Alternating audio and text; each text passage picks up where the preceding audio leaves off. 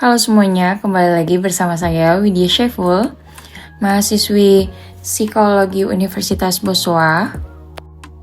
Pada kesempatan ini, saya akan menyampaikan materi tentang konsep korupsi dan pelaku korupsi yang sangat penting untuk dipahami, khususnya bagi siswa sekolah polisi negara, sebagai calon aparat penegak hukum dan pelayan masyarakat. Korupsi bukan hanya persoalan hukum, tetapi juga persoalan moral, integritas, dan tanggung jawab profesi. Oleh karena itu, pemahaman sejak dini menjadi pondasi utama dalam membangun karakter Polri yang presisi, berintegritas, dan dipercaya masyarakat.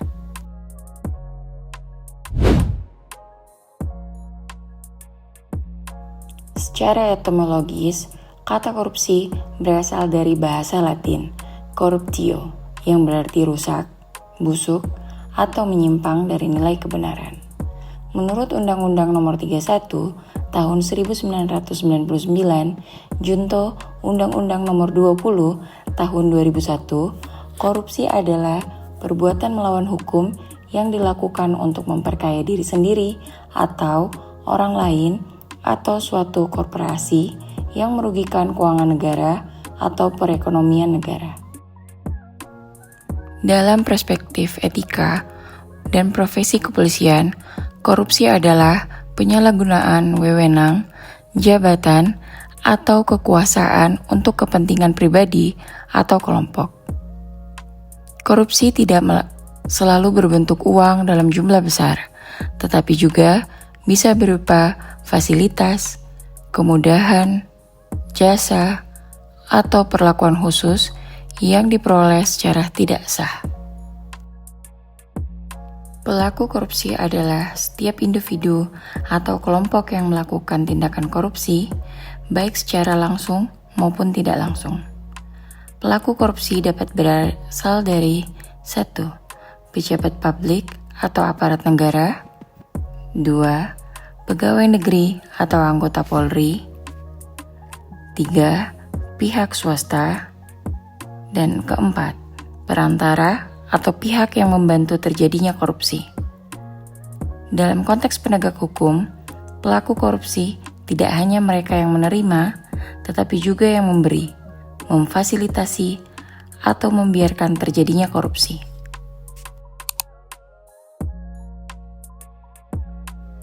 Jenis-jenis atau kategorisasi korupsi.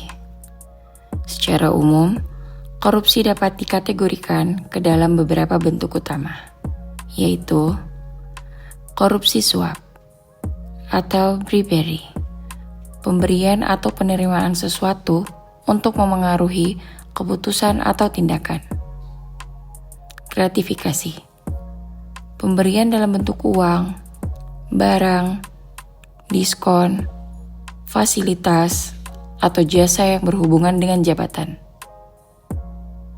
Penyalahgunaan wewenang, menggunakan jabatan atau kewenangan untuk kepentingan pribadi atau kelompok. Penggelapan dalam jabatan, mengambil atau menggunakan aset negara yang berada dalam penguasaan jabatannya. Pemerasan, memaksa seseorang memberikan sesuatu dengan ancaman atau tekanan jabatan. Benturan kepentingan, mengambil keputusan yang menguntungkan diri sendiri, keluarga, atau relasi.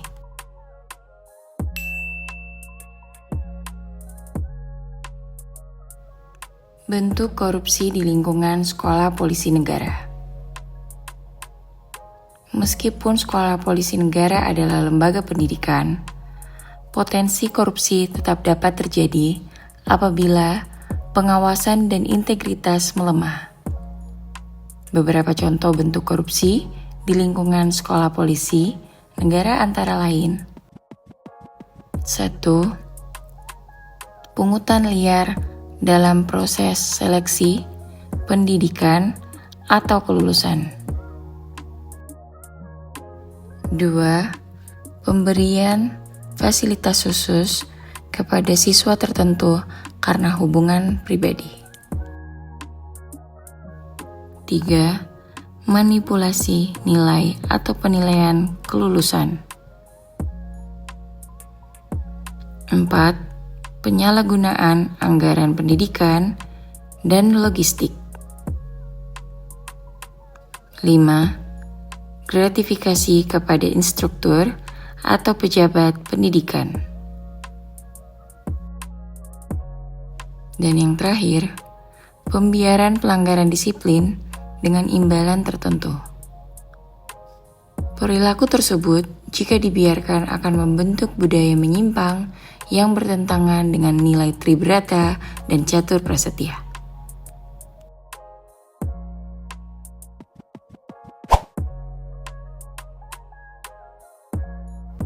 Dampak korupsi.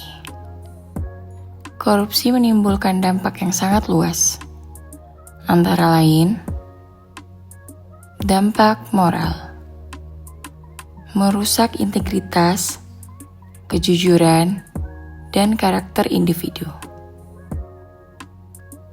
Dampak institusi, menurunkan kepercayaan masyarakat terhadap Polri dan negara. Dampak sosial, menimbulkan ketidakadilan dan ketimpangan. Dampak pendidikan, menghasilkan aparat yang tidak profesional dan tidak kompeten. Dan dampak hukum, menimbulkan sanksi, pidana, pemecatan, dan hilangnya masa depan karir.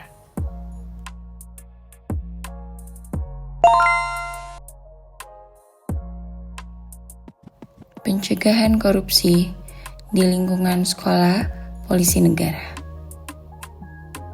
Pencegahan korupsi harus dilakukan secara sistematis dan berkelanjutan, terutama di lingkungan sekolah polisi negara.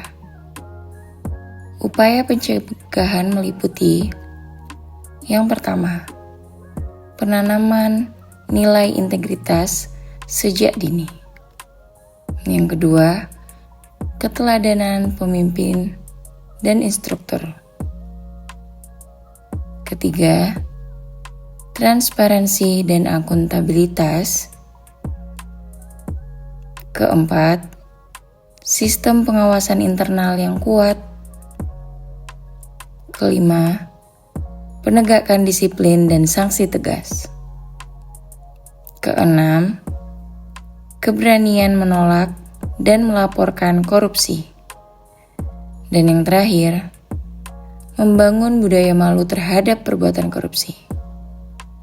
Sebagai siswa sekolah polisi negara, sikap jujur, disiplin, dan bertanggung jawab adalah benteng utama melawan korupsi.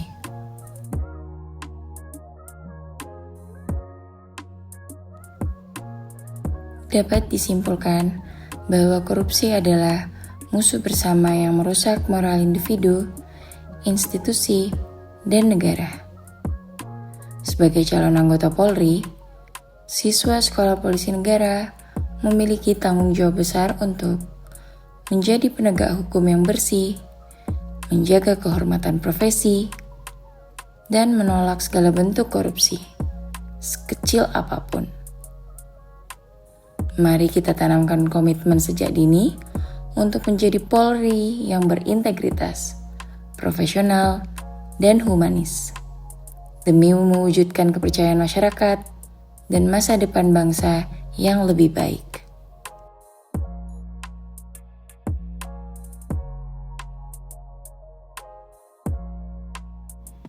Terima kasih telah menyimak video saya ini. Semoga materi ini bermanfaat dan dapat diaplikasikan dalam kehidupan sehari-hari maupun dalam proses pendidikan di sekolah polisi negara. Sampai jumpa di video berikutnya.